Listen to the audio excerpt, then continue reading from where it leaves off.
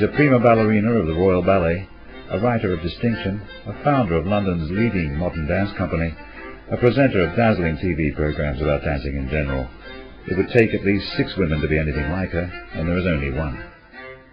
Deborah, you're a prima ballerina at Covent Garden. I've got a suspicion that one day you'll end up owning Covent Garden or running Covent Garden, and possibly the whole of the arts in this country, because you're so bright, as is revealed by the books you write. You really got all this going for you. You're the only person who does all that, who is also called Bull. Now, just how appropriate a name is this for a delicate thing like a ballerina? It's an appalling name for a ballerina. I do feel that I've succeeded in spite of my name, certainly not because of it. And there were many, many plans afoot to make me change it. What do they want to change it to? They could never think of anything. Ashton wanted me to be Deborah Bullen. Bullen. Bullen. Or Bullion. And then, of course, Bullion would have been good. Or Berlin, which was a corruption of Bullen, and Berlin was Anne Bullen. Yeah. I thought of Turnbull, which I thought was so funny because I was quite a good turner as a dance, you see. Bit of an in-joke, but that didn't work. But Damien Duval always, she of course changed her own name, she always wanted me to change my name, right through to her dying days. Lovely dancer, dreadful name she used. Constantly. Constantly. Well, she was, how old was she when she died? She was 102. Well, that's exactly it, because, 100 years have gone by and things have changed. Yeah. And at the end of 100 years, it's a name like the Valois that sounds funny, because it's reminiscent of the times when ballerinas did change their names to something impossible like Rosella Hightower or... And I would have been Bolivar, I guess. Yeah, Bolivar. Like the watch. If they gave them Russian names, didn't they? Because always. ballet had to be Russian. Yeah. I don't know why Madame Damianette went for a French name. Yeah, maybe she was ahead of her time in that way, that she didn't call herself, what was her original name? Edris Stanos. Stanisova.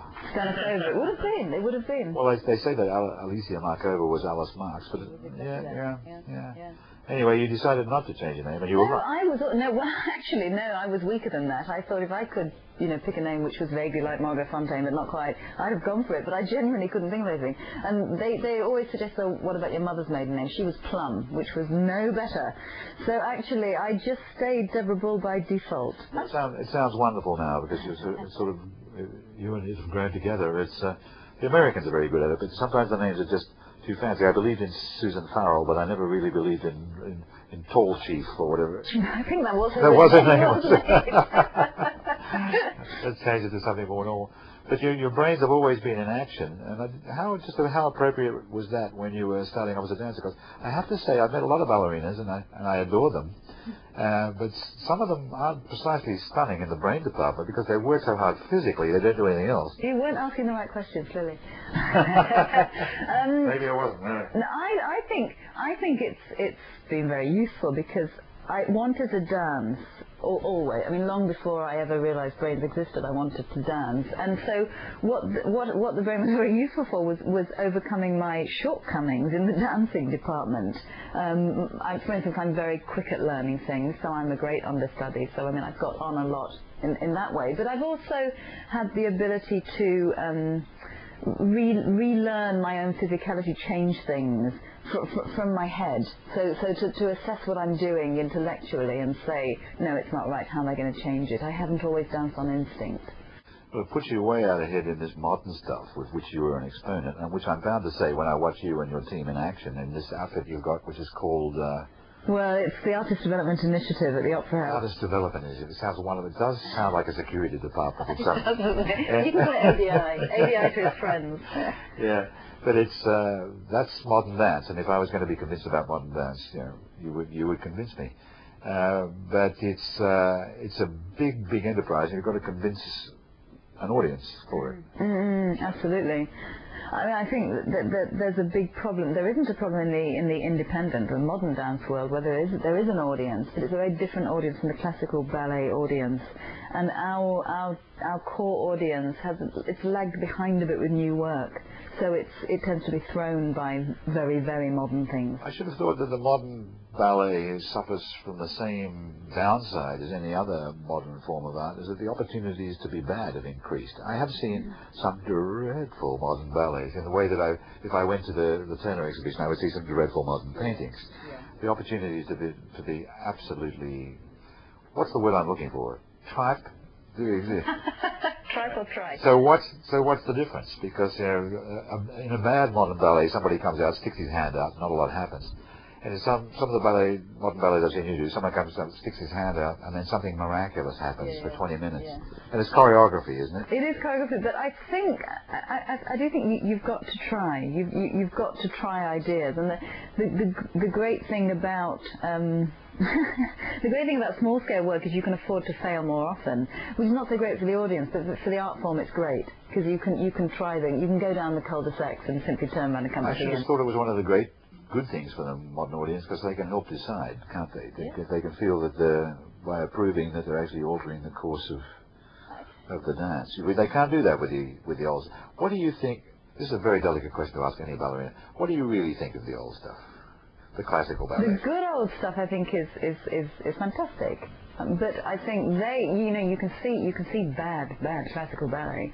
I mean, you only have to flick through your local newspapers to see the sort of the latest troupe that's going around under the name of, Moscow this or Leningrad that, and then it's really bad. But when it's done well, it's an expression of its time, and I think as with every art form, be it literature or painting or music, that's a valid way to express. So you have to shift gear a little bit. I'm the original corny ballet fan in that I was drawn into it, first of all, by all the pretty women, and also I was very, very young, and it was the most crude and spectacular and dazzling effect that first thought made me think, hey, it was the Bolshoi on tour in Australia in the late 50s. One of the first times they came out of Russia. They were dancing Spartacus, inevitably, and the girl raced across the stage and threw herself into the air, got caught by the guy on one hand. Yeah. And I thought, I wish I was him. And that's often, I think, the way in with an art. It's quite often the most crude effect that attracts you first. And then decades went by before I could really tell what one ballerina was doing that was better than someone else. Sure. I think I know a bit about it now. But I think that's true. I think we start off as unsophisticated watchers or listeners or readers even. And I think whatever art form you come to, you tend to... I do think there's a ladder of appreciation. I really do believe in that. I think you have to get on at the level that's right for you. So when did you first appreciate? When do you look at it and think, by God, I could do that, or I'd like to? I never questioned it. I wanted to do it even before I'd ever seen any ballet. Right from when I was 3, I always wanted. Walking around on the points of your toes. Like skipping. I used to skip everywhere. Great skipper. And now I find it got really interesting because I think, okay, this was the 60s, and there was not really ballet on television, and we lived out in Derbyshire, and there was certainly no ballet at the theatre there. I don't think there was a theatre.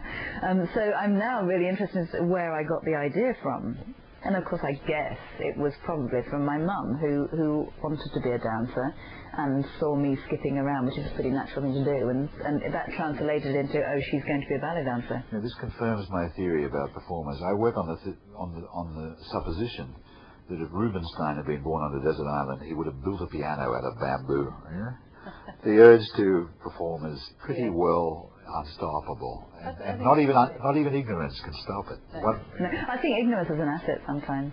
I really do. I mean, I think if you know the sort of pitfalls and the downfalls, it's better not to know about them. It's true, and there's nothing sadder than to be brought up in an artistic household with artistic ambitions and not have the ability. And you see that quite often. So what was the first ballet you saw?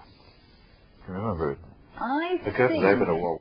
Well, I'm trying to think. I think the first ballet I saw it was probably Ballet for All, which was an early touring group which Peter Brinson set up of dancers from the Royal Ballet doing a sort of what we now would call a lecture demonstration program, to be honest. And they went around in the 70s, and I saw, and this is really interesting in the light of what I'm doing now, this sort of crossover between ballet and contemporary dance.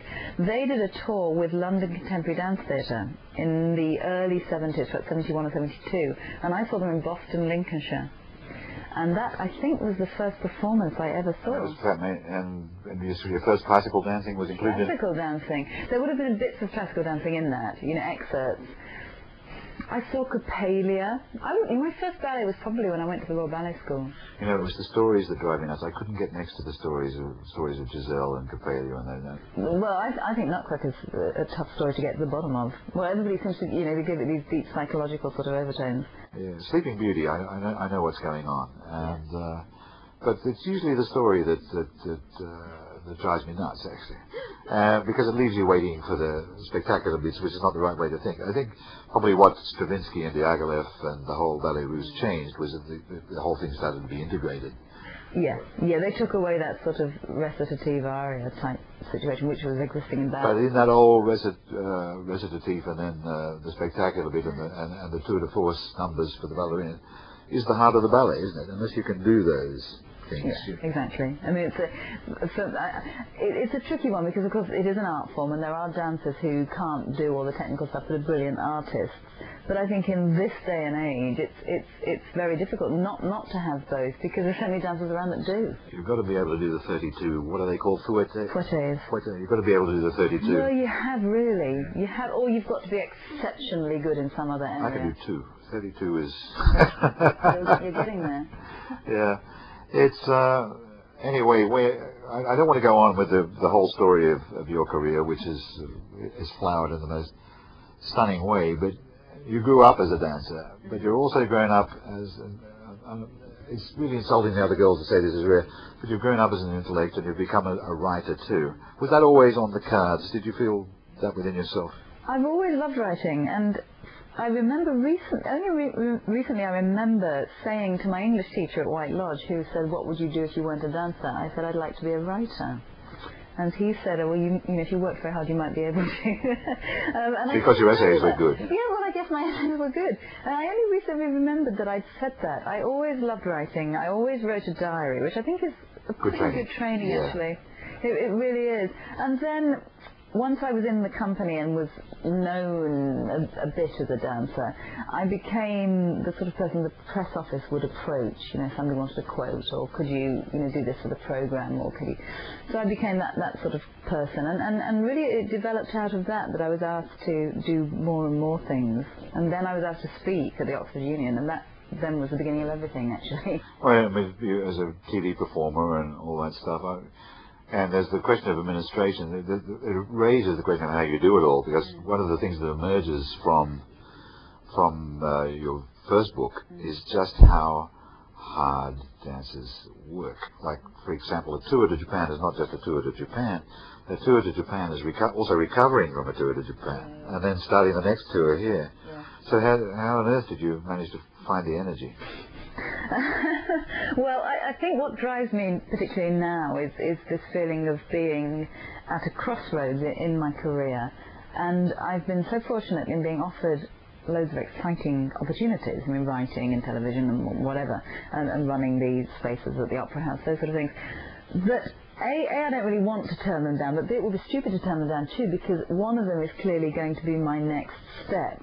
And it's not going to sit on hold while I finish off the last career. So there's been a need to sort of multitask and to let things overlap. And I also think that what feeds, for instance, the writing, what makes me different as a writer is the fact that I'm writing from the viewpoint of somebody who's still doing it. The first thing that makes you different as a writer is you're writing about something. Most writers aren't. Or they're trying to write about everything. You've obviously got an actual solid activity on which to report the details, which makes it fascinating even for those of us who can't do it. Actually, I love dancing. I'm a bad tango dancer, as you know, but that's better than not being a tango dancer at all. And the whole discipline of it is something that I would like to write about. It's a subject. Now that I know a little bit, I really know something. And that's what I love about your books. But one of the things that emerges from the book, apart from all the hard work which has to be done, and the injuries, for example. As a writer, I don't break my foot. You do. Have you? Really? I've had two ankle injuries, one each ankle. But again, what was I found it fascinating. I mean, the first one I didn't find particularly fascinating at the time, but in retrospect I found it fascinating because of the way I handled it.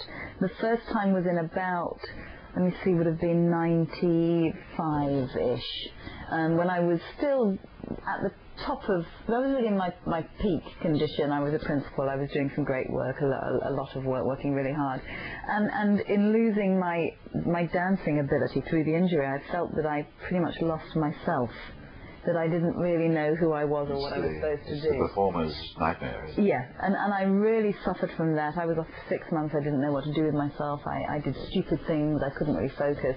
Then the second injury was much later, maybe 97, 98. And by then I was glad of the time away from dancing. And I used it very creatively, and I was not bothered about not being with the company on tour, for instance, whereas the first time it was like a sense of loss. So you've got a compensation for, I think Michael Soames once said, a very, very touching thing. He said the tragedy of this business is that you really find out what you're doing at just the moment when your body ceases to obey you. Absolutely. And he's really talking about time. Yes. Yeah. And you have got to open up this wonderful door into a second time.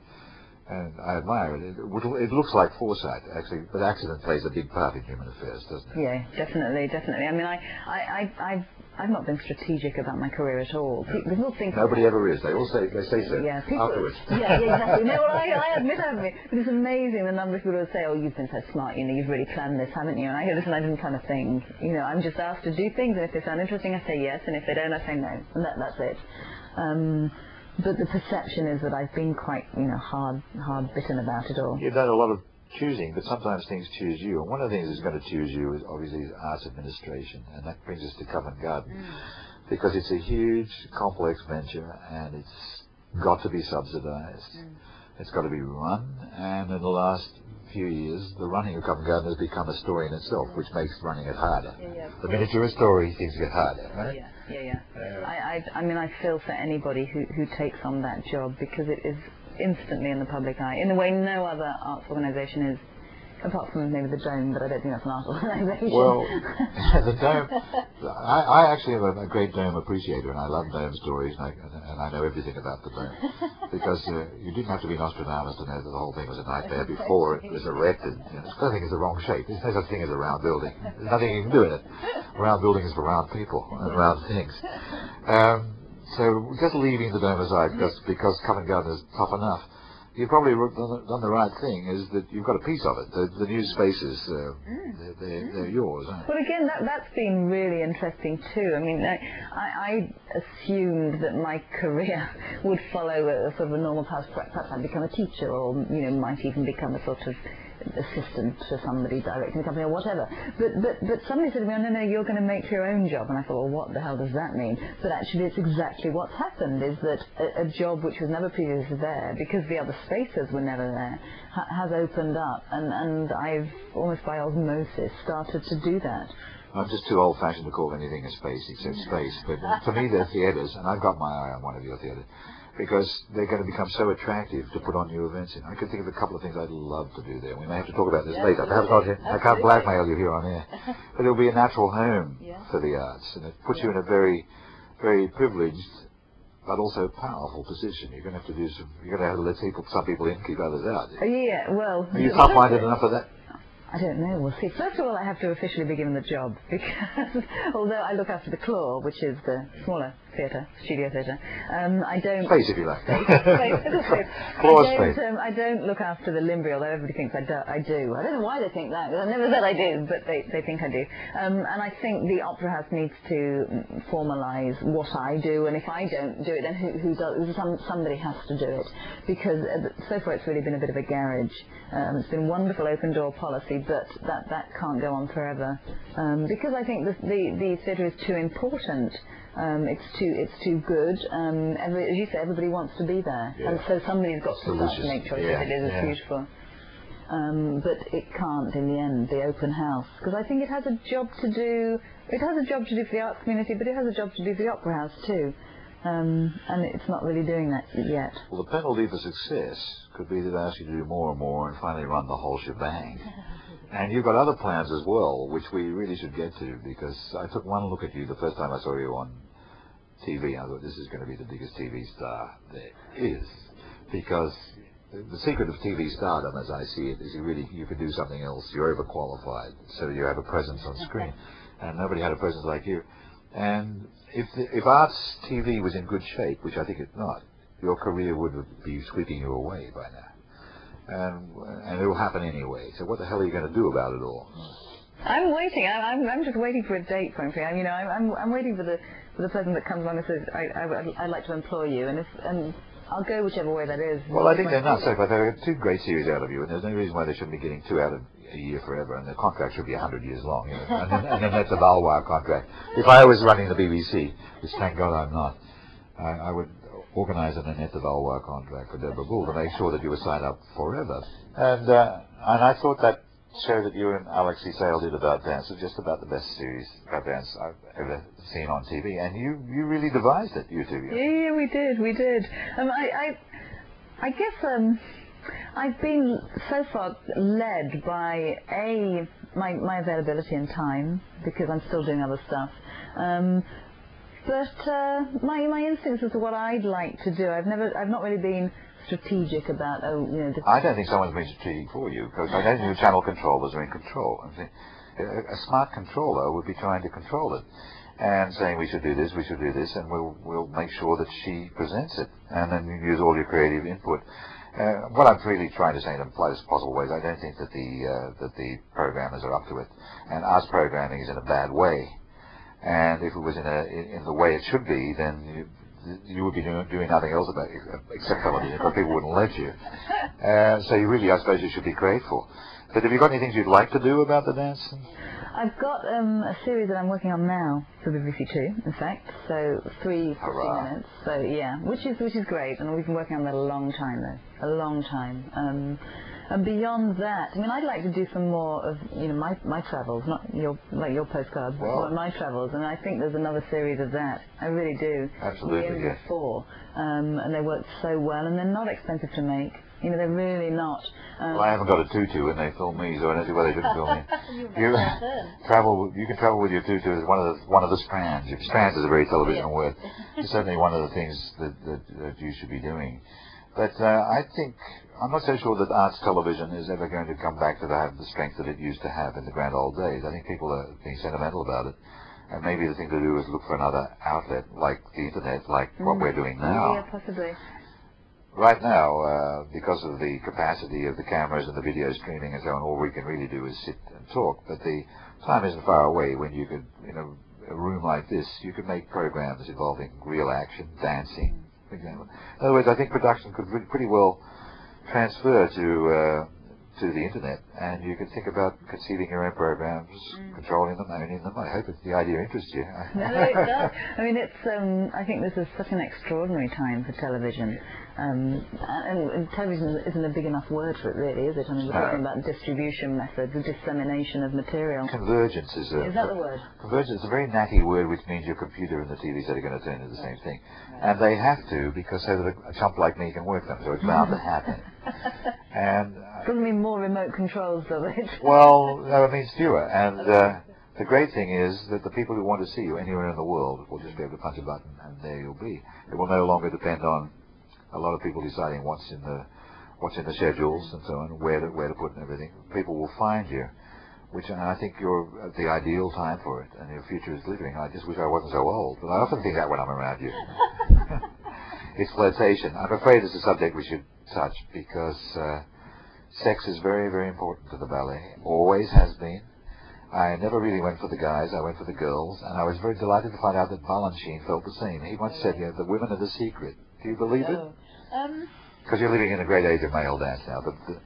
Since Baryshnikov or since Nureyev, the men are there on stage as stars, but it wasn't always so. Once the men used to hold the women up. Exactly. Well, and they were women at one point. I mean, there weren't any men. I mean, that was a while ago. I think in ballet, certainly, I think for the audience, the ballet audience, that male-female traditional sex thing is quite important. I think it's perhaps less important in contemporary dance, which is more androgynous quite often. Yeah, you and the guys are quite often doing similar things. Very similar. And you're likely to find, women partnering men, or men partnering men, or women partnering women. But in ballet, I think that's part of the reason why people come. I think it's part of the reason people sponsor it.